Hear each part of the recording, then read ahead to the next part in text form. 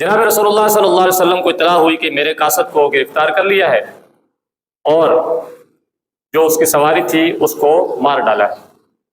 اللہ کے نبی نے حضرت عمر سے ارشاد فرمایا کہ آپ جائیں گے اور جا کر اہل مکہ کو میرا پیغام پہنچائیے۔ حضرت عمر کہنے لگے کہ یا رسول اللہ، آپ جانتے ہیں کہ اہل مکہ میرے کتنے دشمن ہیں اور میرا مزاج بھی سخت ہے۔ قاصد یا جو سفیر ہوتا ہے اس کا مزاج نرم ہونا چاہیے، تاکہ اگر کوئی سامنے والا سخت بات کرے، تلخ بات کرے تو یہ اسے برداشت کر لے۔ اگر سخت مزاج کا آدمی ہوگا تو جواب دے گا، وہ تو نہیں چپ رہے گا۔ تو حضرت عمر نے کہا کہ حضور، میرا مزاج سخت ہے اور میری اہل مکہ سے ازلی اور جانی دشمنی ہے۔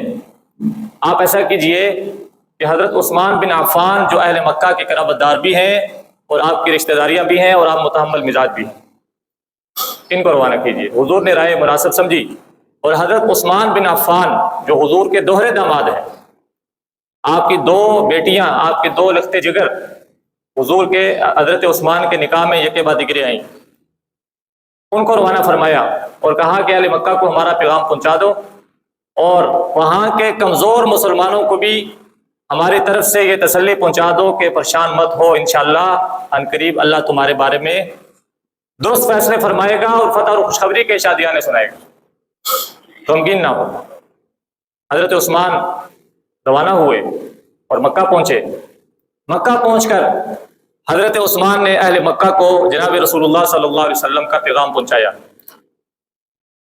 اب مکہ والے حضرت عثمان کا پیغام سننے کے بعد کہنے لگے کہ ہم کسی طور پر بھی حضور کو مکہ میں داخل نہیں ہونے دیں گے۔ ہاں، اگر آپ چاہتے ہیں کہ عمرہ کریں، طواف کریں تو آپ کے لیے اجازت ہے، آپ طواف کریں، عمرہ کریں اور عمرہ کر کے آپ چلے جائیں، آپ کو کوئی نہیں روکے گا۔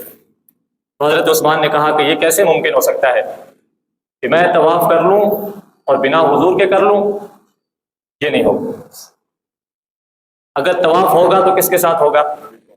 حضور کے ساتھ ہوگا، جن کے ساتھ ہم آئے ہیں، جن کی سرپرستی میں آئے ہیں، جن کی قیادت میں آئے ہیں، جن کے لیے ہمارا جینا مرنا ہے اور جن کے حکم کے ہم تابع ہیں، ان کے حکم کے بنا طواف نہیں ہے۔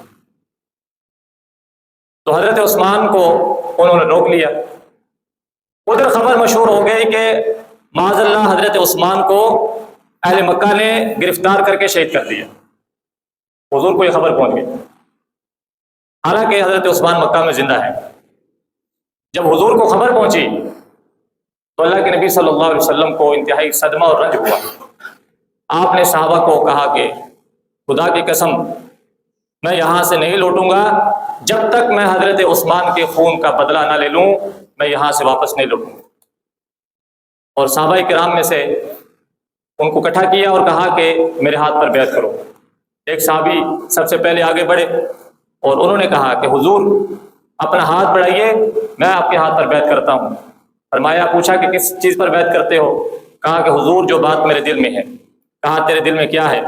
فرمایا کہ میرے دل میں یہ ہے کہ میں آپ کے ہاتھ پر اس بات پر بیعت کرتا ہوں کہ ہمیشہ قتال کرتا رہوں گا یہاں تک اللہ آپ کو غالب کر دے، یا قتال کرتا رہوں گا یا لڑتے لڑتے جام شہادت نوش کر دوں، پیچھے نہیں ہٹوں گا، اس بات پر بیعت کرتا ہوں۔ حضور نے ہاتھ آگے بڑھایا، بیعت کی، اور اسی بیعت کے اندر وہ 1500 صحابہ جو حضور کے ہمراہ حدیبیہ کے مقام پر ٹھہرے ہوئے تھے، ان سب نے بیعت کی۔ اور وہ بیعت اس شجر کے نیچے، وہ کیکر کے درخت کے نیچے جہاں حضور آرام فرما تھے، وہاں بیعت ہوئی۔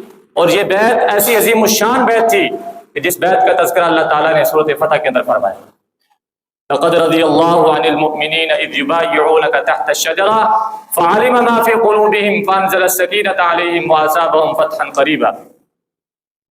یہ عظیم الشان بیعت کہ جس بیعت کے اندر نہ صرف صحابہ شریک ہیں بلکہ اللہ کے رسول شریک ہیں، بلکہ اللہ کے رسول کے بعد اللہ خود اس بیعت کے اندر شرکت فرما رہے ہیں اور اس بات کا اعلان سورۃ فتح کے اندر کر رہے ہیں۔ فرمایا کہ جب حضور صحابہ کے ہاتھ پر ہاتھ رکھ کر بیعت کر رہے تھے، صحابہ کے ہاتھ کے اوپر حضور کا ہاتھ، ید اللہ فوق ایدیہم، اور ان ہاتھوں کے اوپر اللہ کا ہاتھ تھا۔ سورۃ فتح کے اندر یہ الفاظ ہیں. اور جب باری آئی حضرت عثمان کی کہ حضرت عثمان چونکہ مکہ میں ہیں اور ان کی خون اور قصاص کا بدلہ لینے کے لیے بیعت ہو رہی ہے، تو اللہ کے نبی صلی اللہ علیہ وسلم صحابہ اکرام کی بیعت لینے کے بعد اپنا یہ ہاتھ اٹھاتے ہیں بائیں ہاتھ، اور اپنے دائیں ہاتھ پر رکھ کر یوں کہتے ہیں کہ یہ جو ہاتھ ہے یہ عثمان کا ہاتھ ہے، اس بیعت کے اندر میں عثمان کو بھی شریک کر رہا ہوں. اپنے ایک ہاتھ کو حضرت عثمان کا ہاتھ قرار دیا. اور حضرت عثمان کہتے تھے کہ خدا کی قسم، حضور کا جو بایاں ہاتھ جو انہوں نے میری طرف سے بڑھایا وہ میرے دائیں ہاتھ سے افضل ہے. حضور کا وہ بایاں ہاتھ جو میری بیعت کی طرف سے حضور کی اس بیعت میں شامل ہوا وہ میرے دائیں ہاتھ سے افضل ہے، کئی گنا افضل ہے.